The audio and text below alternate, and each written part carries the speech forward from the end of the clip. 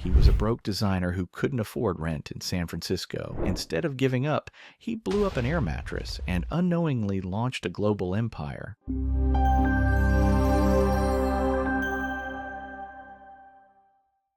Brian Chesky was born in 1981 in Niskayuna, New York. His parents were both social workers. They didn't talk about stock markets or VC rounds. They talked about helping people. His mother once said she didn't quite understand what Brian even did, but she was proud of him. In school, Brian wasn't the best student, but he noticed things, how products looked, how they felt. He once took apart a pair of Nike sneakers just to see how they were made. He went on to study industrial design at the Rhode Island School of Design, RISD, one of the most creative institutions in America. There, he met Joe Gebbia, a charismatic fellow student who would become more than a friend. They shared a love for design, simplicity, and solving problems in unconventional ways. When Brian moved to San Francisco in 2007 to join Joe, they were broke. The city was booming with startups, but they had no engineering degrees, no technical background. They were designers, and at the time, design didn't open doors. It closed them. They could barely afford rent. Credit cards were maxed.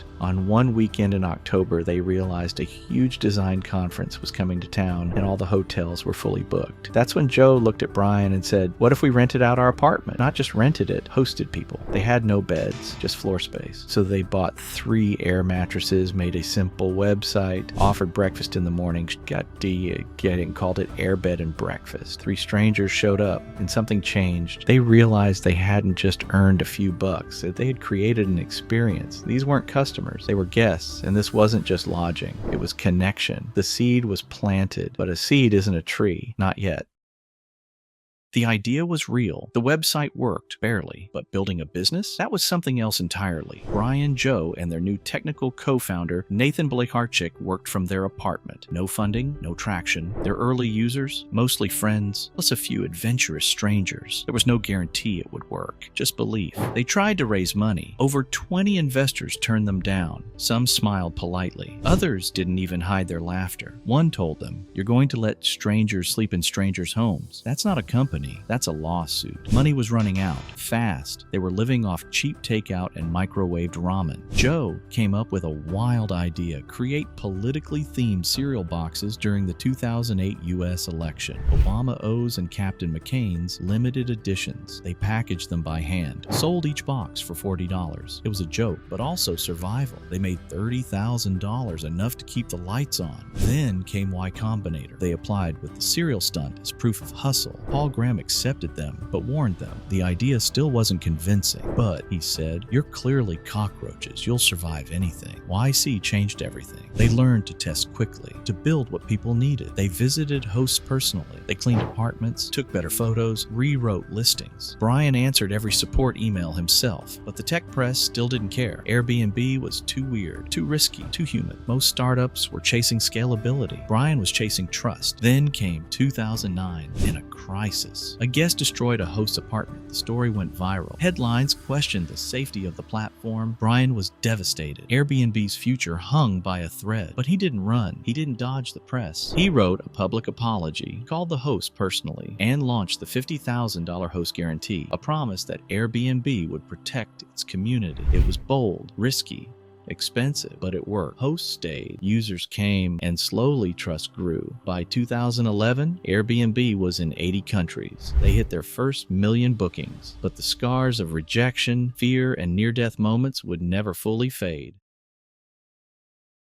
By 2012, Airbnb wasn't a quirky startup anymore. It had a name, a presence. It was operating in over 100 countries, processing millions of bookings. But success came with pressure and a new kind of challenge. How do you scale belonging? Brian Chesky knew that Airbnb wasn't just a tech platform. It was about people. But the more they grew, the more complex the world became. Cities began questioning short-term rentals. Hotel lobbies pushed back. Legal battles started appearing in New York, Berlin, Paris. The press changed changed its tone. Airbnb wasn't the underdog anymore. It was a threat. Inside the company, growth was relentless. Brian insisted on maintaining a culture of empathy. He still sent handwritten notes to early hosts. He still answered emails. And he poured himself into design, the same skill that brought him to this point. In 2014, they redesigned their entire brand around one symbol, the bellow. It stood for belonging. The world took notice. By 2015, Airbnb was valued at $25 billion.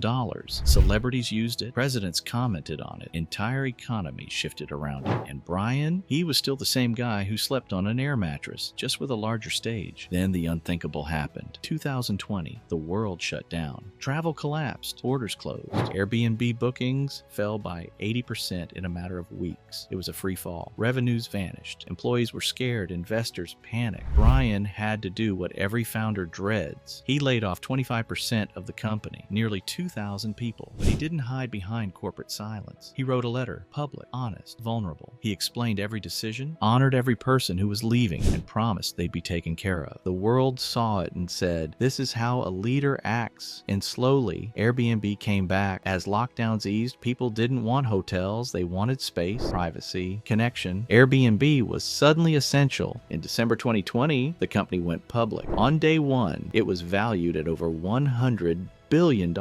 A decade earlier, Brian Chesky was nearly evicted. Now, he was ringing the NASDAQ bell, thanking the hosts who believed in him before investors ever did. But he never forgot what it was really about. It wasn't about valuations, or IPOs, or tech headlines. It was about people. Strangers opening their doors to other strangers. People finding home in places they had never been.